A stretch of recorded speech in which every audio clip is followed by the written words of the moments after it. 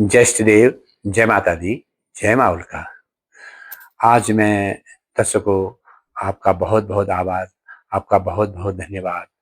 मैं आपको बहुत तहे दिल से आपका आभार करना चाहता हूँ, जो आपने मुझे इतना प्रेम दिया, इतना प्यार दिया।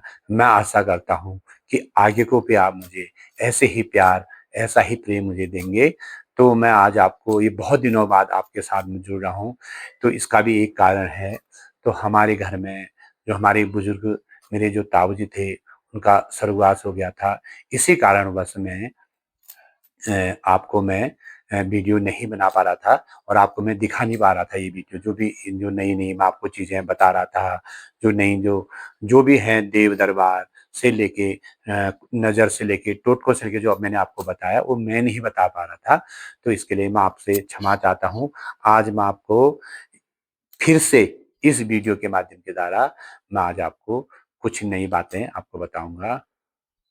तो मैं आपको ये बताना चाहता हूँ कि जो अब नज़दीक ही संडे को जो रविवार कहते हैं, रविवार को ही मतलब चंद्र ग्रहण लग रहा है। तो चंद्र ग्रहण में हमें जो चंद्र ग्रहण में बताते थे जो हमारे बुजुर्ग लोग, उसमें क्या उपाय हमने करने चाहिए, क्या नहीं करना चाहिए, तो इसके उपाय मैं आपको बताना चाहूँगा।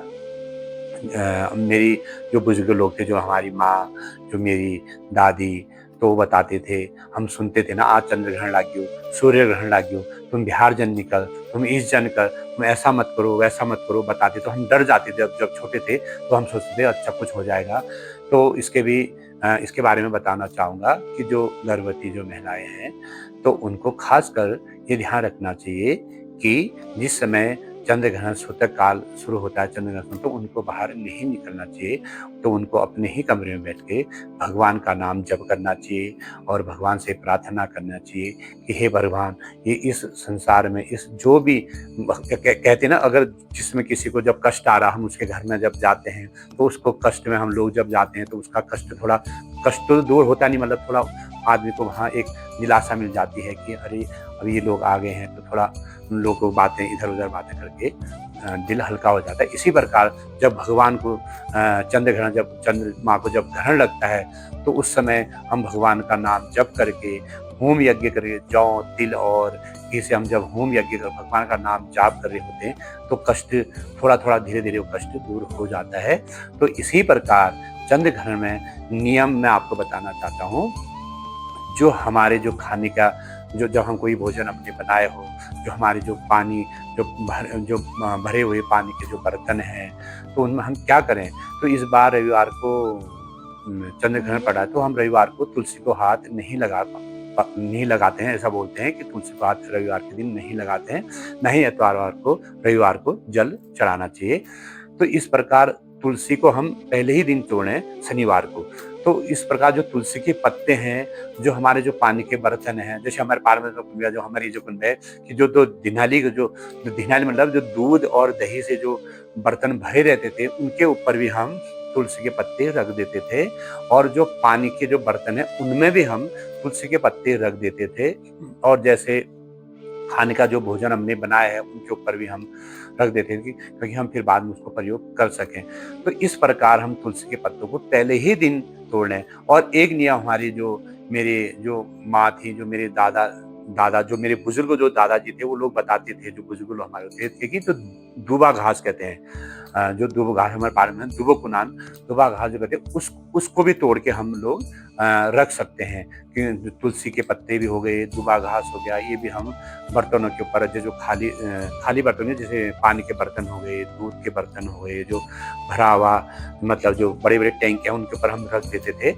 तो अभी भी मैं आपको बताना चाहता हूँ कि अभी भी मुझे याद है कि जैसे ही हम चंद्र ग्रहण, सूर्य ग्रहण जब होता था, तो हमारी जो मेरी माँ है, अभी मेरी माँ भी बताती थी कि अरे तुम तुलसी पत्ता तोड़ी, तो दूबो तोड़ी, तुम भड़कुनान का मलमल रख दी, तो खनान का भड़कुनान मलमल रख दी, पानी जो भड़कुन भरी ना, जो पानी के बर्तन भरे हुए हैं, तो उनके ऊपर आप लोग रख लो।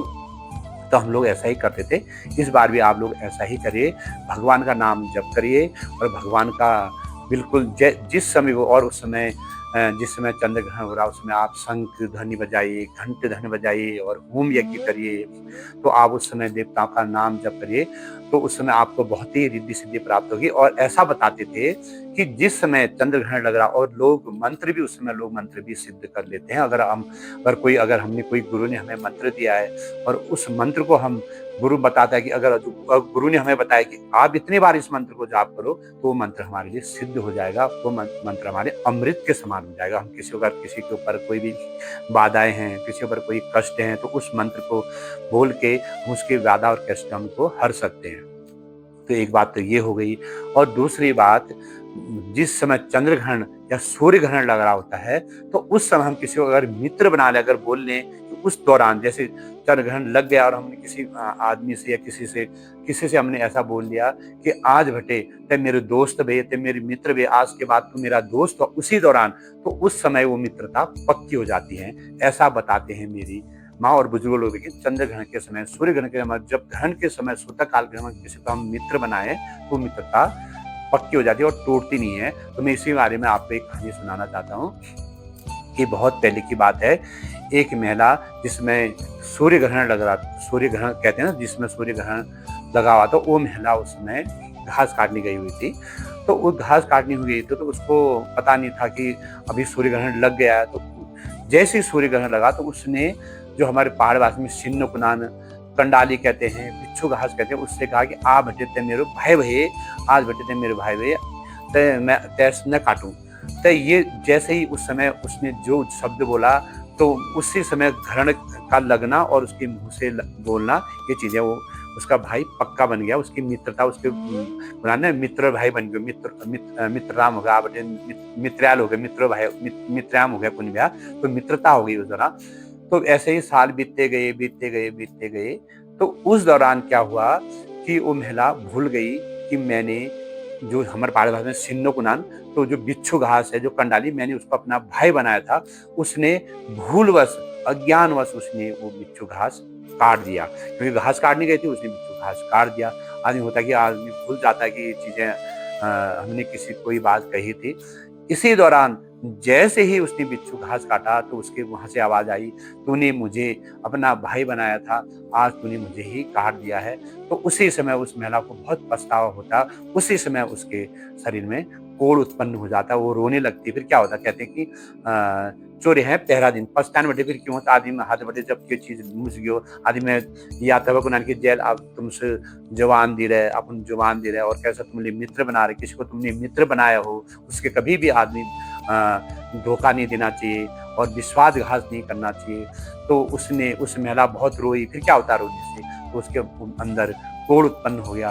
फिर तभी कहते हैं कि चंद्र ग्रहण या सूर्य ग्रहण के समय हम किसी को मित्र बनाए तो वो मित्रता पक्की हो जाती है और मित्रता कभी टूटती नहीं है। अगर हम तहे दिल से, अगर दोनों तरफ से अगर हम निभाएं तो ये बहुत ही आगे पहुंच जाते हैं। जो मित्रता होती है ना, वो बहुत ही मित्रता कहते हैं कि मित्र का जो हम किसी को मित्र बनाते हैं तो 3 कुछ 4 कुछ चलते रहते हैं। अरे हमारे ये मेरे मित्र भाई छ, तो कहते हैं कि ये मेरे मितीजा छ, ये मेरे मित्र बाबा छ, ये मेरे मित्र भाई छ। तो ये कहते हैं जब लोग मित्रराम लगाते थे ग्वाला काटने ब्याह, तो पहले जो ग्वाला कुन में ना, आप रहते मेरे मित्र भैया ग्वाला काटने ब्याह, तो इसी मित्रराम लगू ब्याह। तो उस दौरान जिस समय चंद्र ग्रहण लग रहा हो, सूर्य ग्रहण लग रहा हो, आप लोग मंत्र सिद्ध कर सकते हैं, हवन यज्ञ करिए, जाप करिए भगवान का। तो इस प्रकार इसी से हम लोग जो चंद्र ग्रहण लगता है, सूर्य ग्रहण लगता है, तो उस दौरान आप जिसमें सूतक काल लग जाता है उससे पहले, जैसे कि 8-9 घंटे पहले सूतक काल है, तो फिर ना आप जो बुजुर्ग लोग हैं, बच्चे लोग हैं, जो बीमार लोग हैं, तो वो भोजन खा सकते हैं। और जो स्वस्थ हैं, जो ये चीज़ करते हैं, वो भोजन नहीं खा सकते, ना ही घर में खाना बनना चाहिए उस दौरान। ऐसा बताते थे कि सूतक काल में ये चीज़ें नहीं होनी चाहिए। आप भगवान का जाप करिए, भगवान का नाम लीजिए, आपके घर में सुख शांति बनी रहेगी। धन्यवाद। जय माता दी, जय इष्ट देव।